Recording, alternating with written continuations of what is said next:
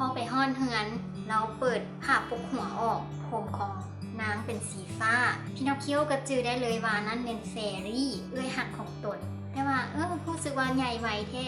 เฟรี่บอกว่านี่ค่อยใหญ่จนเป็นแม่ของเจ้าได้แล้วแต่ว่าเรื่องนี้เป็นความลับค่อยสิบ่บอกเจ้าว่าค่อยใหญ่ไว้ได้แนวใดในที่สุดทั้งสองคนก็ปรับความเข้าใจกันถ้าพินอคคิโอก็สัญญาอีกว่าค่อยสิเป็นเด็กดีค่อยสิไปโรงเรียนค่อยสิเฮ็ดเวียกโอเคนางเฟรี่ก็เลยให้พินอคคิโอไปโรงเรียนพอไปโรงเรียนไปเกิดเรื่องทุบตีชกต่อยกันอยู่โรงเรียนแน่แต่ว่าพินอคคิโอก็เริ่มตั้งใจเรียนขึ้นแต่มีมื้อหนึ่งหมู่ของเราได้ชวนมานี่มื้อนี้นี่นะจะมีด็อกฟิชผ่านมาทางแคมป์ทะเลเขาน่าจะขาโรงเรียนโตนเรียนไปเบิ่งด็อกฟิชกันบ่เพื่อว่าเจ้าสิได้เห็นพ่อของเจ้าท้าวพินอคคิโอก็ด้วยความคิดฮอดพ่อของตัวเองก็เลยโตนโรงเรียนไปเบิ่งด็อกฟิช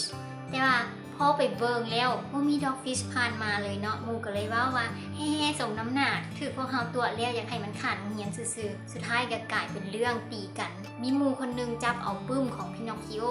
โยนใส่หัวอีกหมู่คนนึงจนเฮ็ดให้หมู่คนนั้นตายไปตำรวจมาก็เลยถามว่านี่เป็นปึ้มของไผปึ้มของพินอคคิโอแต่ว่าพินอคคิโอบอกว่านี่โมเมนต์ข่อยบ่ได้เฮ็ดหมู่คนอื่นของข่อยเฮ็ดแต่ว่าตำรวจจับพินอคคิโอไปเมื่อตำรวจจับพินอคคิโอไปแล้วก็เอาไปให้ชาวประมงแล้วบอกว่าฝากพินอคคิโอไปกับชาวประมงนี่แหละเมื่อชาวประมงนำพินอคคิโอไปเดินทางย่างไปทางแคมป์ทะเลเนาะจากเมืองเฮือนพินอคคิโอก็สวยโอกาสนั้นแล่นหนีพอแล่นหนีชาวประมงก็ให้หมาตัวหนึ่งไล่นำพินอคคิโอแล่นลงทะเลไปเลยแล้วหมาก็หวังว่าจะโดดลงไปทะเลแล้วไปนำเอาพินอคคิโอแต่ว่ารู้สึกว่าหมาตัวนั้นลอยน้ำบ่เป็นมีหมาลอยน้ำบ่เป็น มีที่บอกบ่ฮู้แล้วหมาตัวนั้นลอยน้ำบ่เป็นแล้วบอกว่าช่วยข้าแน่ข่อยจะจมน้ำตายแล้วพินอคคิโอว่าสัญญาก่อนว่าเจ้าสิบ่จับข่อยไปส่งให้ชาวประมงหมาก็เลยว่าโอเคสัญญาข่อยสิบ่จับเจ้าส่งให้ชาวประมงเมื่อสัญญากันแล้วพินอคคิโอก็เข้าไปช่วยหมาตัวนั้นแล้วเอาหมาขึ้นฟังหมาก็เลยบอกว่าโอ้รู้สึกบุญคุณหลายถ้าค่อยได้มีโอกาสค่อยจะตอบแทนบุญคุณของเจ้าพินอคคิโอก็ลาจากไปเมื่อเดินทางไปได้ระยะหนึ่งอีกลอยลงไปในทะเลพินอคคิโอก็ถูกด่างแหของชาวประมงอีกชาวประมงก็จับขึ้นมาได้แล้วก็บอกว่าอันนี้เป็นป่าอีหยังนี่บ่เคยเห็นจักเทื่อพินอคคิโอว่าค่อยบ่แม่นป่าบ่ต้องมากินค่อยแต่ว่าชาวประมงคนนั้นก็บ่เชื่อเนาะจับพินอคคิโอเมืองเฮือนแล้วเอือบแป้งสิเอาไปจืดแบบดีฟราย พินอคคิโอถูกเอือบแป้งอยู่กำลังสิจุ่มลงหม้อน้ำมันหมาตัวนึงแล่นเข้ามาเห่าแล้วก็ญาติเอาพินอคคิโอเอือบแป้งแล่นหนีไปจนชาวประมงแล่นนำบ่ทันก็เลยว่าปล่อยให้มันกินซะพอพินอคคิโอออกจากแป้งที่เอือบได้ก็มาเห็น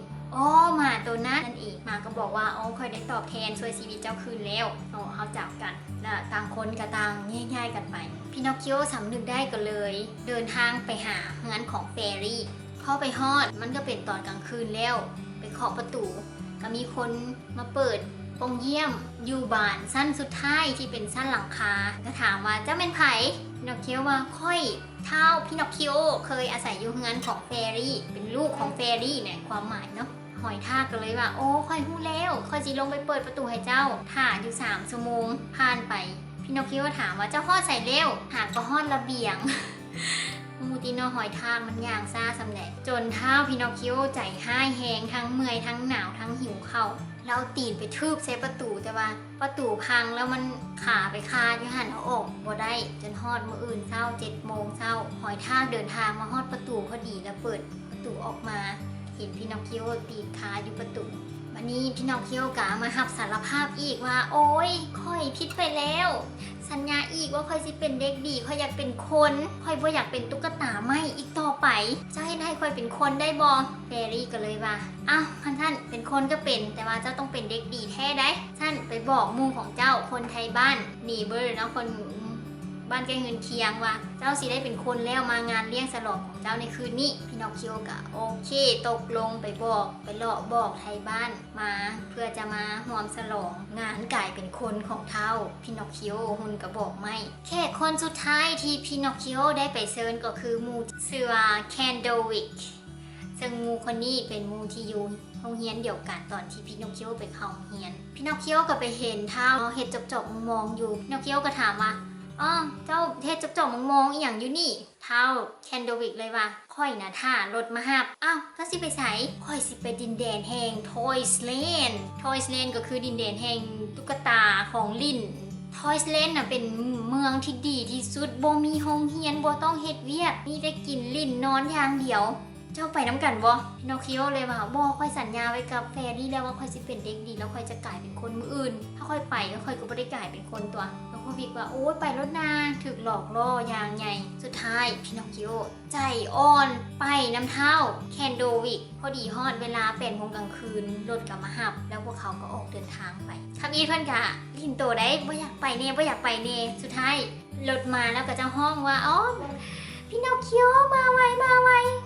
ท้าวพี่นกกะใจอ่อนไปเลยลืมคำสัญญาที่ให้ไว้กับเมเฟรี่พอไปอยู่ในดินแดนแห่งทอยส์แลนด์ทุกอย่างทุกสิ่งมีเพียบพร้อม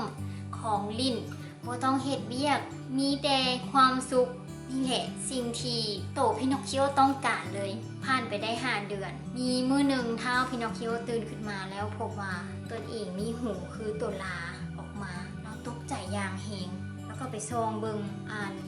ถ้วยที่มีน้ำอยู่เนาะแล้วก็เห็นเงา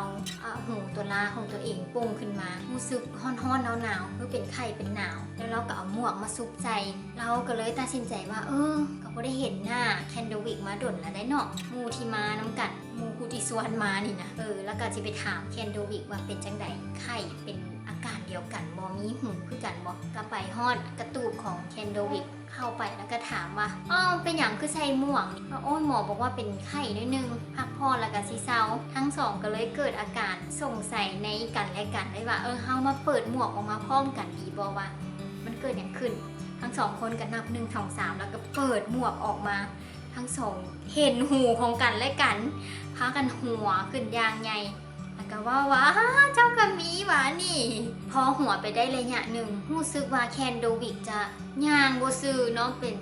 มือได้กลายเป็นตีนตัวลาแล้วก็ยืน4 ขาอีกบ่โดนต่อมาเท่าพี่นกก็ได้กลายเป็นแนวนั้นคือกันพอเท่าคนที่มาพาเขาเจ้ามา